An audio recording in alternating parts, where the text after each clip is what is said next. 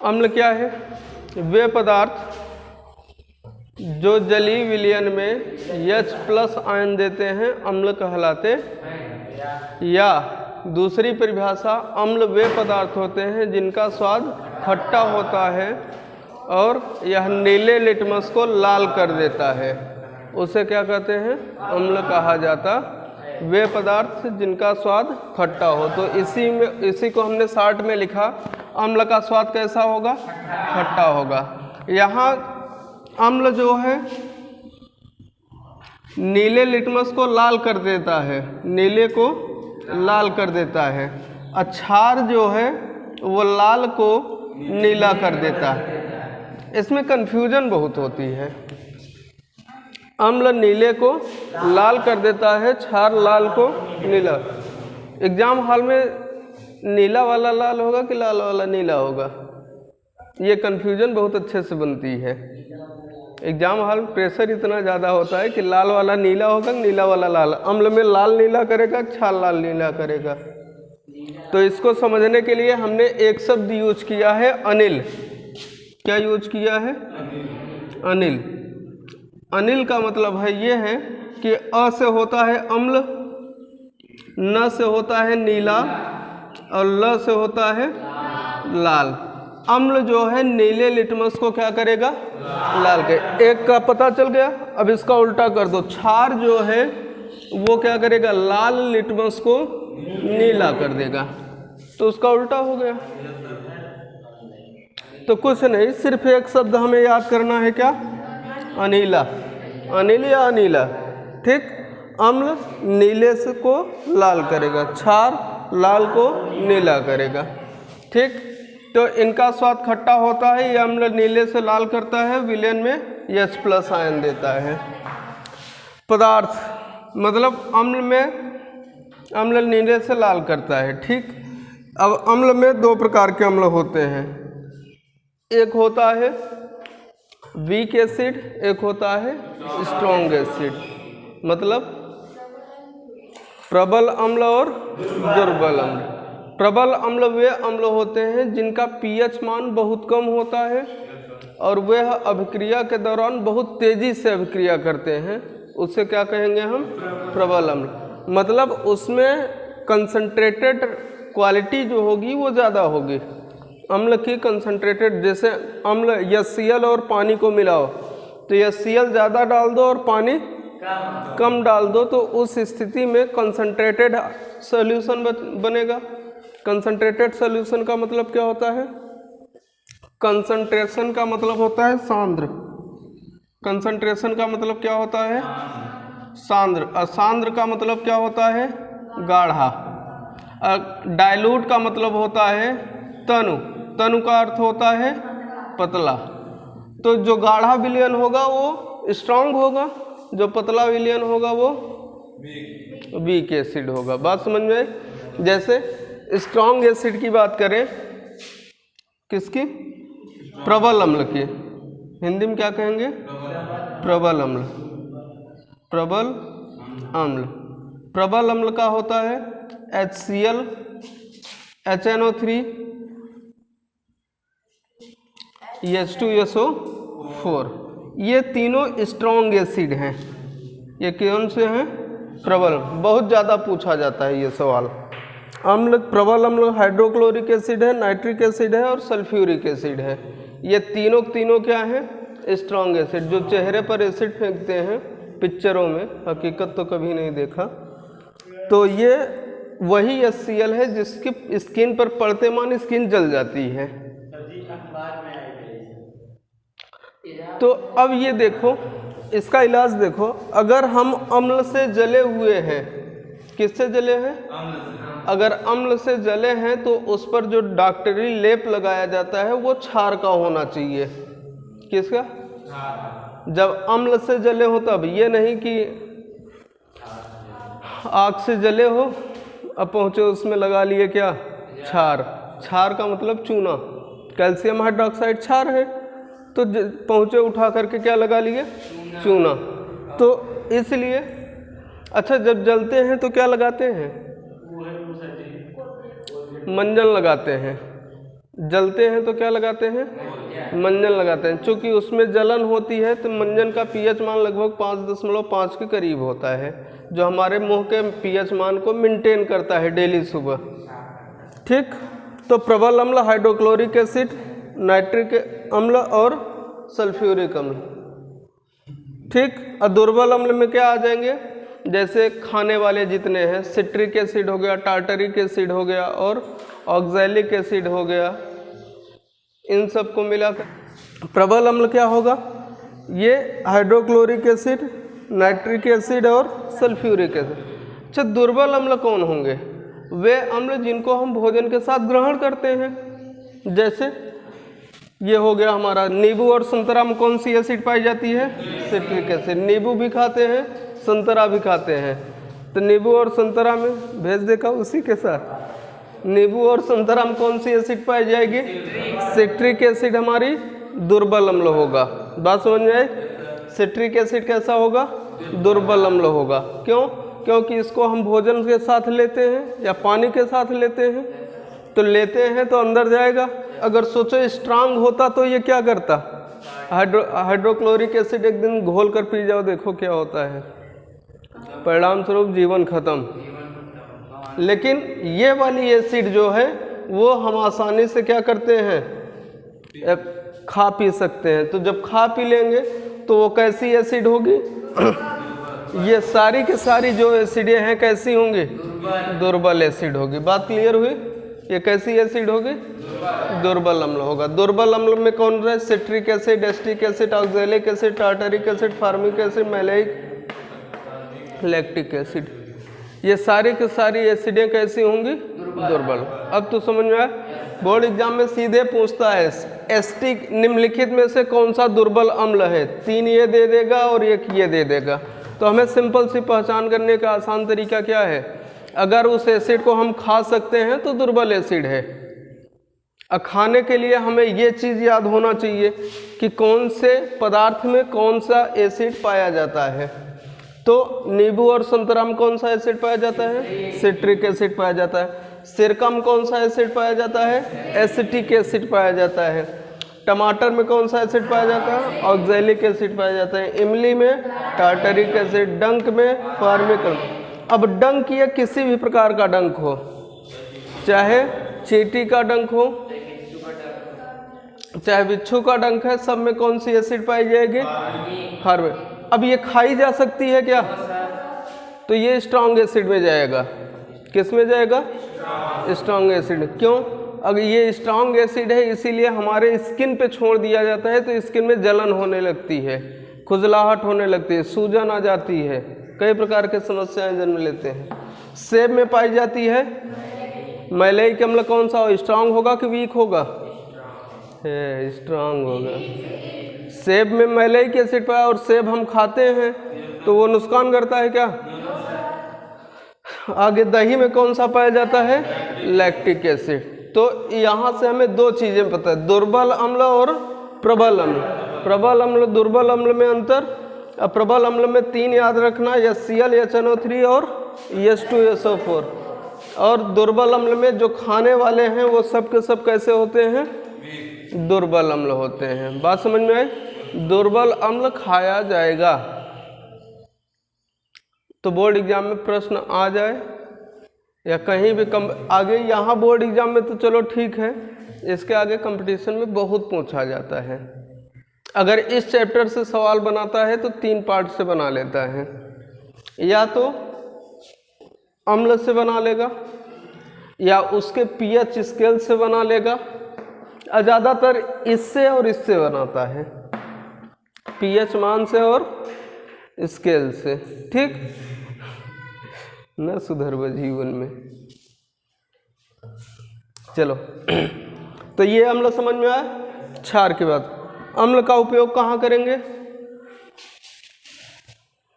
अम्ल का उपयोग हो गया, क्षार की बात करते हैं। क्षार वे पदार्थ होते हैं जो जलीय विलयन में OH- देते हैं और इनका स्वाद क्या होता है, कड़वा होता है, उसको हम क्या कहेंगे, क्षार कहेंगे। तो यहाँ से देखो क्षार की परिभाषा देख लेते हैं। अम्ल समझ में आया ना। चलो सेब में कौन सा अम्ल पाया जाएगा? Maleic acid. नींबू में? सिरका में? सिरका में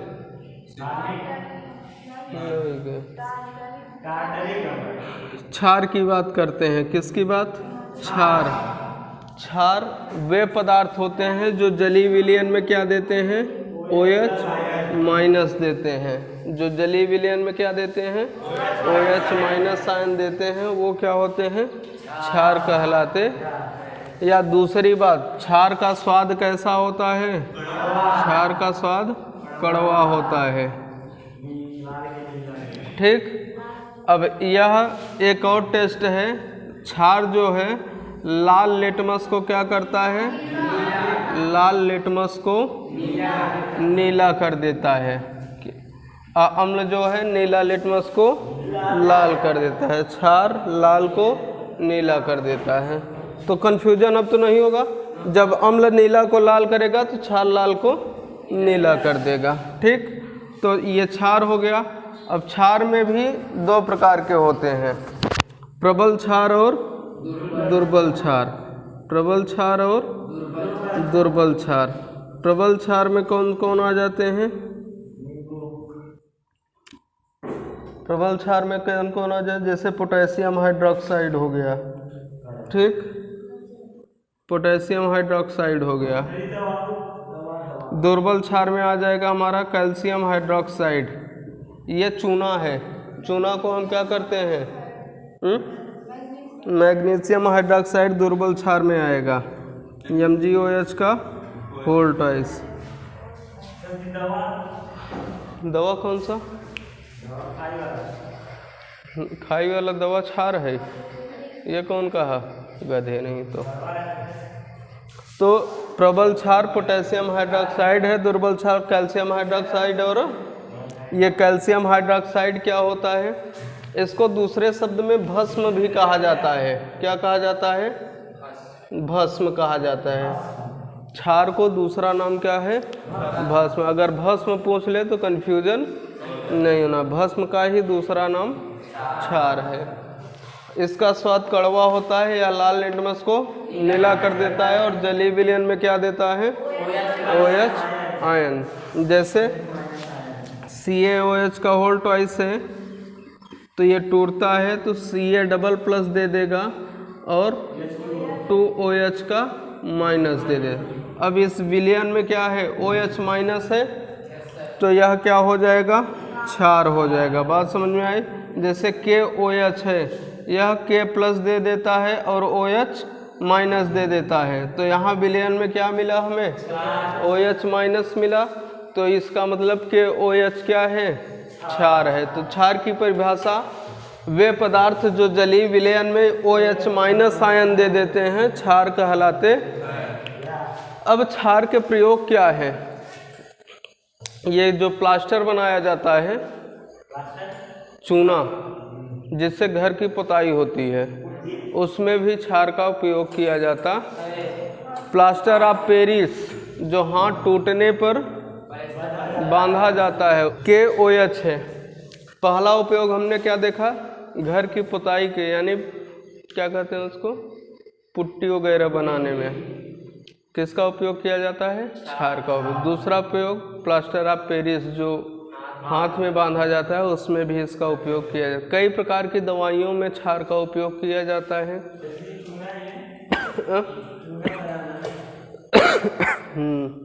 कई प्रकार की दवाइयों में भी क्षार का उपयोग किया जाता। इसके साथ साथ क्षार का उपयोग जो वैसे क्षार और बताते हैं, ये वाला मिल्क ऑफ मैग्नीशिया इसका नाम है। क्या है? Milk of magnesia. Milk of magnesia का यूज़ क्या होता है जानते हो? जब हमारे पेट में हाइड्रोक्लोरिक एसिड की मात्रा अधिक हो जाती है तो उसको मैनेज करने के लिए हमें अम्ल अधिक हुआ तो क्या डालना पड़ेगा? क्षार। तो क्षार के रूप में मिल्क ऑफ मैग्नीशिया डाली जाती है। अब ये मिल्क ऑफ मैग्नीशिया कभी कभी डॉक्टर हमें पाउडर के रूप में देते हैं, कभी कभी टैबलेट के रूप में देते हैं। तो हमारे शरीर का एक रूल्स है, हमारा शरीर जो उसका रेंज है उस रेंज में उसको चाहिए। यदि आप भोजन करके उसको पर्याप्त मात्रा में दिए रहते हो तो आप सही रहोगे। यदि भोजन से आप उसको नहीं पूरा कर पाते हो तो आप डॉक्टर के पास जाकर दवाओं के माध्यम से पूरा करना, सिंपल सी बात है। तो इसलिए भोजन इतना संतुलित किया जाए कि हमारे शरीर में जितने प्रोटीन्स हैं, जितने कार्बोहाइड्रेट्स हैं, जितनी आवश्यकता वाली चीज़ें हैं, जितने विटामिन्स हैं, सब के सब पर्याप्त मात्रा में क्या हो, उपस्थित हो। जब पर्याप्त मात्रा में उपस्थित होगा तो हमारे शरीर में कोई दिक्कत नहीं आएगी। इसमें अगर कमी हुई तो आपको जाना पड़ेगा कहाँ, डॉक्टर को। और डॉक्टर कुछ नहीं करेगा, जिस चीज़ की कमी होगी उसी की दवा दे देगा। और उन दवाओं में यही सारी चीज़ें होती हैं, कहीं विटामिन की दवा देगा, कहीं एसिड की, कहीं बेस की, वो बीमारी के ऊपर। तो क्षार समझ में आया। क्षार वे पदार्थ होते हैं जो जलीय विलयन में OH- आयन देते हैं, क्षार कहलाते हैं। इनका स्वाद कड़वा होता है, या लाल लिटमस को नीला कर देता। परिभाषा एग्जाम में दो प्रकार, अगर सीधे पूछ ले क्षार किसे कहते हैं तो आपको दो परिभाषाएं लिखनी है। पहली परिभाषा क्या बनानी है, ऐसे पदार्थ जो जलीय विलयन में OH- आयन देते हैं क्षार कहलाते, पहली परिभाषा। दूसरी परिभाषा, क्षार वे पदार्थ होते हैं जिनका स्वाद कड़वा होता है और यह लाल लिटमस को नीला कर देते हैं, क्षार कहलाते। बात समझ में आई। क्षार की pH वैल्यू देखो,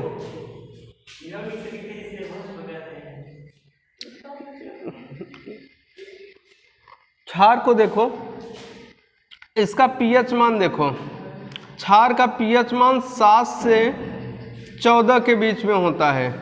किसके बीच में, 7 से 14 के बीच में, ठीक। अम्ल और क्षार समझ में आया। अम्ल का pH मान कितना होता है, 0 से 7 के बीच में होता है। वैल्यू जितना ही कम होगा उसकी जो एसिडिटी कैपेसिटी है वो ज़्यादा होगी। बात समझ में आए। चलो आज इतनी बात क्लियर हुई। अब आते हैं pH स्केल पर। अम्ल हो गया, क्षार हो गया, लवण की बात करते हैं। लवण क्या होता है, वे पदार्थ जो अम्ल और क्षार से क्रिया करके उत्पन्न होते हैं उन्हें लवण कहा जाता। सामान्यतः अम्ल और क्षार से क्रिया करके लवण और जल का निर्माण होता। अम्ल और क्षार क्या,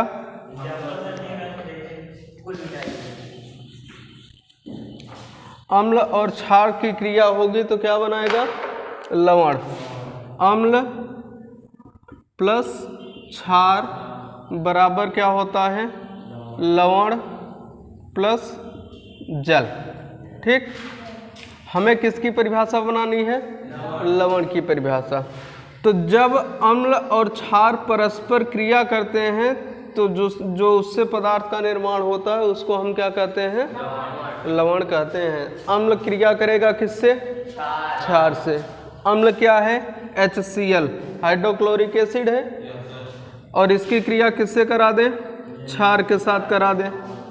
सोडियम हाइड्रोक्साइड क्षार है, देखो इसमें H+ आयन है, इसमें OH- आयन है, तो यह क्रिया करेगा तो Na और Cl मिलकर के क्या बना लेगा, NaCl, और बचा का 2 हाइड्रोजन और 1 ऑक्सीजन H2O। इसी को हम क्या कहते हैं, लवण कहते हैं। बात समझ में आई। वे पदार्थ जो जब अम्ल और क्षार परस्पर आपस में क्रिया करते हैं तो किसका निर्माण करते हैं, अम्ल हो गया हाइड्रोक्लोरिक एसिड, क्षार हो गया सोडियम हाइड्रोक्साइड, दोनों आपस में क्रिया कर लिए, क्या बना लिए, लवण बना लेते। इसी अभिक्रिया को उदासीनीकरण अभिक्रिया कहा जाता। कौन सी अभिक्रिया कहा जाता है, उदासीनीकरण अभिक्रिया। वे अभिक्रियाएं जब जो अम्ल और क्षार से क्रिया करके लवण का निर्माण करती हैं उदासीनीकरण अभिक्रिया कहलाती। यही परिभाषा दो तरीके से हम लिखेंगे। अगर लवण की परिभाषा पूछे तो अलग तरीके से लिखेंगे और क्षार की परिभाषा लिखेंगे, उदासीनीकरण अभिक्रिया की परिभाषा लिखेंगे तो एक अलग तरीके से लिखेंगे। दोनों में बात एक ही लिखनी है। बात समझ में आई? दोनों में बात एक ही लिखनी है। क्या लिखनी है? अम्ल और क्षार क्रिया करके लवण का निर्माण करते हैं या जब अम्ल और क्षार की क्रिया होती है तो होने के उपरांत लवण का निर्माण होता है, तो इस अभिक्रिया को उदासीनीकरण अभिक्रिया कहा जाता। और दोनों में सेम एग्जाम्पल देना है, इसमें कोई परिवर्तन नहीं करना है। आप लोग यही गलत किए थे टेस्ट में। ठीक, चलो आगे। अब अम्ल और क्षार को पहचानने का दूसरा सबसे बढ़िया तरीका है पीएच स्केल। क्या है? स्केल। स्केल हमें मापने के लिए एक यंत्र है। स्केल जो है वो क्या है? मापने के लिए एक यंत्र है। तो मापने के लिए एक यंत्र है तो पीएच मान है। अब पीएच मान हमें ये बताएगा कि कौन सा कितने रेंज में है। जैसे हम चेक किए किसी पदार्थ का पीएच मान हमें पता चल गया, तो उस पीएच मान के आधार पर इस स्केल से हमें यह समझ में आएगा कि वो अम्ल है कि क्षार है। तो पीएच स्केल में कौन एक स्केल होती है, उसमें 14 खाने अंकित होते हैं। कितने? 14 खाने अंकित होते हैं। ठीक, ये हमारी स्केल हो गई। इस स्केल में कुल कितने खाने होते हैं? 14। 0 से 7 होता है, 7 से 14 होता है। तो 1 2 3 4 5 6 8 9 10 11 12 13। ठीक, और 14। 1 से कितना होता है? 14 तक अंकित होता है। जैसे मान लो हमें कोई एक पदार्थ है, नींबू। नींबू है, इसका पीएच मान कितना है? 2.2। मतलब ये वाला यहाँ आएगा, ये वैल्यू 2.2 होगी। यानी नींबू हमारा कहाँ है? यहाँ पर है। और हमने बताया 7 पर उदासीन होता है। क्या होता है? और 7 से कम है तो अम्ल होता है, और 7 से ज़्यादा है तो क्षार होता है। बात समझ में आई? 7 से कम है तो अम्ल होगा, 7 से ज़्यादा है तो क्षार होगा। बात क्लियर? अब हमने देखा कि नींबू का पीएच मान 2.2 है। कितना है? तो 2.2 मान यहाँ आएगा। अब ये बताओ नींबू अम्ल होगा कि क्षार होगा? कौन सा अम्ल पाया जाता है? सिट्रिक अम्ल पाया जाता। किसमें? नींबू में। बात क्लियर हो गई? नींबू और संतरा दोनों में क्या पाया जाता है? Citric acid. सिरका, सिरका की वैल्यू कितनी है? 2.4। तो ये किसकी वैल्यू है? सिरका की। ठीक, तो इसकी वैल्यू कितनी है? 2. अब ये बताओ अम्ल है कि क्षार है? अम्ल है। अब अम्ल है तो इसमें कौन सा अम्ल पाया जाता है? एसिटिक एसिड पाया जाता है। सिरका में कौन सी एसिड पाई जाती है? एसिटिक एसिड पाई जाती है। अब ले लेते हैं शराब। क्या ले लेते हैं? शराब। शराब का पीएच मान जानते हो कितना होता है? इसका 2.2 होता है, इसका 2.8 होता है। शराब का पीएच मान कितना होता है? 2.8 होता है। तो 2.8 है तो ये क्या हो जाएगा? अम्ल हो जाएगा। आगे आओ। इसमें पता नहीं।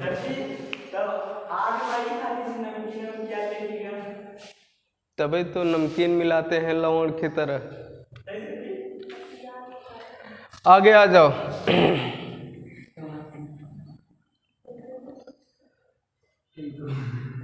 मूत्र का पीएच मान कितना होता है? 4। फिर उसके बाद दुग्ध का पीएच मान कितना होता है? 4.4। दूध का कितना होता है? दूध का पीएच मान होता है 4.4। लार का पीएच मान क्या होता है? 4.8। बात समझ में आए? अब लार में एक एंजाइम पाया जाता है टायलिन। क्या पाया जाता है? टायलिन नामक एंजाइम पाया जाता है।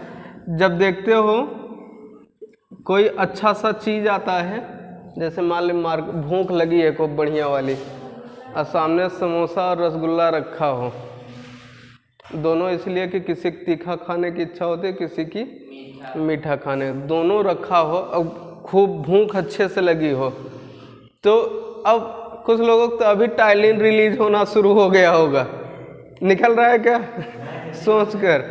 तो उस स्थिति में क्या होता है कि हमारे लार ग्रंथियों के नीचे से, जीभ के नीचे से कुछ पदार्थ स्रावित होते हैं, निकलते हैं ना, जगह कहते हैं लार टपका ही लगा, निकलते हैं ना। वो कौन सा एंजाइम होता है? टायलिन होता है। यह कार्य क्या करता है? यह भोजन को पचाने में सहायक होता। नमस्कार। हाँ? यह बात समझ में आई? दूध का पीएच मान 4.4 होता है, लार का पीएच मान 7.8 होता है। लार में कौन सा एंजाइम पाया जाता है? टायलिन। टायलिन हमारे भोजन को पचाने में सहायक होता है। क्या हुआ जी? हाथ तोड़ब दही हम एकदम सयान हो गए हैं ने। इनकर उम्र भले छोटी है लेकिन शरीर से एकदम सयान हो चुका है। चलो आगे आओ। इतनी बात क्लियर हुई? ये अम्ल हो गया, क्षार। अब आते हैं आगे। हमारे शरीर का पीएच मान कितना होता है? किसका? शरीर का पीएच मान 7 से 7.8, 7.8 इसी के रेंज में होता है। अब देखो शरीर का पीएच मान फिक्स नहीं है, कभी 7, 7.2, 7.4, 7.6, 7.8। तो एक नियर अबाउट 7 से 7.8 के बीच में पाया जाता है।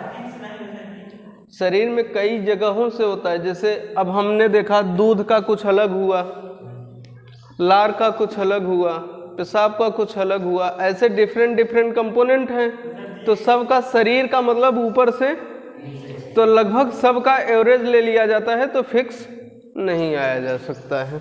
ठीक, इतनी बात समझ में आई? मिल्क ऑफ मैग्नीशिया का कितना होता है? 10 होता है। बात क्लियर हुई? तो इतने सारे पीएच वैल्यू अगर आपको याद हैं तो नियर अबाउट बोर्ड एग्जाम में पकड़ में आ जाएगा। हाँ, वर्षा का जल कितना होता है? 5 वर्षा जल का 5.5 होता है, लेकिन जब 5.5 से कम हो जाए, मुंह का पीएच मान है का? ये मुंह के पीएच मान भी 5.5 होता है। जब 5.5 से कम हो जाए वैल्यू वर्षा वाले जल को, तो उसको हम क्या कहते हैं? अम्लीय वर्षा कहा जाता। यह अम्लीय वर्षा हानिकारक होता है, एसिड रेन कहा जाता है इसको। क्या होता है? तो जब अम्ल की मात्रा वर्षा में ज़्यादा हो जाए। यह हो गया पीएच मान। पीएच मान क्लियर हुआ? और दंत क्षय का कारण क्या है? पीएच वैल्यू है। जब हम लोग सुबह उठते हैं तो मुंह में काफ़ी कचरा होता है, तो उस समय क्या होता है? पीएच मान हमारा क्या हो जाता है? कम हो जाता है। जब पीएच मान कम हो जाता है तो पीएच मान को मेंटेन करने के लिए हम मंजन करते हैं, मंजन यूज करते हैं। मंजन या कहें गाँवों में क्या यूज किया जाता है? मुखारी, नीम की मुखारी। तो वो क्या करता है? हमारे मुंह के पीएच मान को फिर 5.5 के एबव में पहुंचा देता। तो 5.5 हो गया तो अच्छी बात, हमारा मुख फ्रेश और हमारे टीथ भी फ्रेश। लेकिन कुछ बच्चे होते हैं नहीं करते हैं। कहो नहीं करते हो? इसमें वो नहीं किए हैं, तुम नहीं किए हो ही नहीं सकता। तो जब नहीं करने पर क्या होगा कि मुख का पीएच मान जो 5.5 से कम है वो मेंटेन रहेगा। 5.5 तो पहुँचेगा नहीं। तो जब 5.5 से कम हो जाएगा तो हमारे मुख से जो दांत हैं, देखते हो जो ब्रश मंजन नहीं करते हैं उनके दांत टूटने, आधा टूटा रहेगा आधा लगा रहेगा, काला और पीला हो जाता है। तो क्यों? क्योंकि हमारे मुख का पीएच मान करेक्ट। तो दंत क्षय का सबसे बड़ा कारण है मुख के पीएच मान का 5.5 से घटना।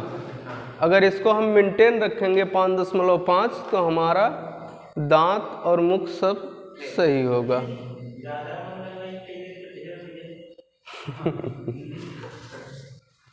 तारे प्रश्न के उत्तर